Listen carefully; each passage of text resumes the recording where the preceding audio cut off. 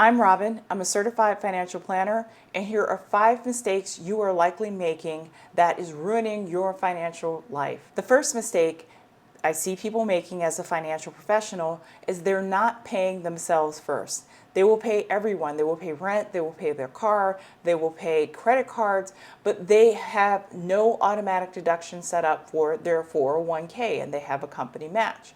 An automatic deduction to your 401k that at least meets the company match is the easiest way to pay yourself first, and you automatically double every single dollar that you put into an account, so it's an awesome deal. If you're already doing that and you want to go the extra mile, how about setting a percentage or a dollar amount that goes to another account, maybe an investment account or high yield savings account, so that you can increase the amount that you are saving for future goals. Now, if you really want to become wealthy, if you want to reach millionaire status in this lifetime, usually people who do it the old-fashioned way, which is saving over time, they put away at least 20% of their paycheck in either a 401k, 403b, 457 account, and are in a high yield savings or investment account to reach that goal.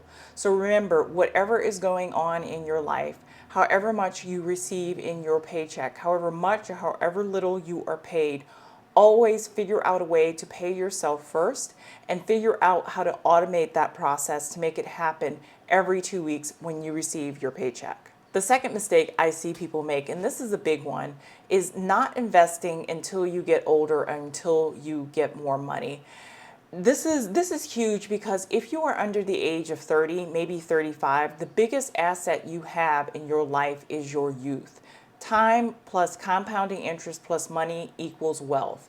And a lot of people don't have time because they figure out this equation too late. They're in their 40s, 50s, sometimes even 60s, and they just don't have enough working years left to make that equation works for them. Well, if you're young, if you're in your 20s, even in your teens, if you're in your 20s or 30s, you have time to make that equation work for you.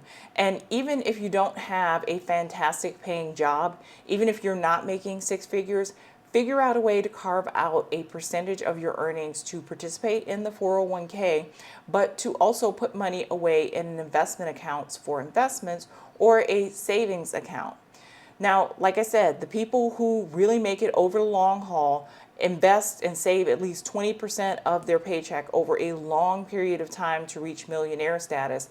But if you can't do that, even starting off with 10% will get you a lot further than not doing anything at all. So if one thing you can take away from this video after this is done, go look at your paycheck, get that deduction for your 401k, at least up to the company match, and anything above and beyond that, create an investment account or a high yield savings to put those funds away. Another mistake I frequently see people make is that they buy assets like stocks, bonds, mutual funds, ETFs when they're high, when there's a lot of enthusiasm and excitement in the market, and they end up selling when those assets are at an all-time low. We've recently gone through a market correction, and a lot of people unfortunately sold during the deepest dips of those market corrections because they were afraid of, quote, losing all of their money. There's never been a point in the stock market history where the stock market has gone down so far that people have lost all of their money. In fact, when I look at my account, when I look at many of my clients' accounts, and I go back to January 1st, 2024, they're still ahead from January 1st, 2024. It's only really been in the last 3-4 months that the stock market correction has occurred. And those people who made the mistake of taking the money out during the period of correction, the question is, well, okay, you're selling at a loss. I, even as a professional investor and financial advisor, have no idea when to put that money back into the stock market. Some additional facts about moving money around during periods of correction. So if we look back over the last 20 years of the stock market, 7 of the 10 best days in the market occur during bear markets, believe it or not. Not during static markets, not during bull markets, but during bear markets. And even more than that, if you look at a 20-year time frame, if you miss the 10 best days in the market, your performance is halved. And many of those best days in the market are happening adjacent to the worst days in the market. So if, I spoke to some clients and one day there was a turnaround and the market went up 2-3%.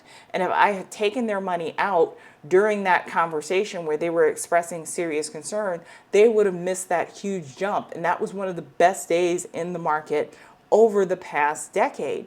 And there's no way, even as a professional advisor, I could make up for that loss for them. So remember, you never buy high and sell low. You buy low and basically you hold indefinitely, and you sell during market good periods of time. You carve out sales during market highs, not during market lows. Another mistake I see people making very, very frequently are get rich quick schemes. And I've seen it all, I've heard it all, but getting rich is more like slowly and over time. The average age that a person becomes a millionaire is in their late 50s or even their 60s. If you see someone who's a millionaire in their 20s or 30s, it's usually they had some twist of fate. It was an inheritance. Maybe they worked for a company with stock options and things went really well. A few occasions they've sold companies, but I have very, very few clients who made their millions in their 20s or 30s. Most of these people make their millions in their 40s, 50s, 60s, or beyond. It's older people that hold a lot of wealth in this nation. But that doesn't stop people from selling the dream that you can be a millionaire by the time you are 25. And it pushes people, younger people, I think, to miscalculate risk. There is a success bias in the story of millionaires. You get to hear their stories, how they made it. But if you talk to them, they often went through adversity. It wasn't their first business that sold and made them hundreds of millions of dollars. It was their third business. And the two first failed ventures were really, really hard. I work with millionaires that were once homeless. I work with millionaires that lost their families due to failed ventures. I work with millionaires that have been involved in numerous lawsuits, but they kept the vision alive and kept trying, and it was their third swing of the bat that hit the home run. But they paid a heavy price for where they are right now. Anything that promises you that you're going to get money quick needs to be examined with a big grain of salt. And I put crypto into that category. There's a lot of promises that are being made by cryptocurrencies that may not bear out or will not bear out for a lot of people.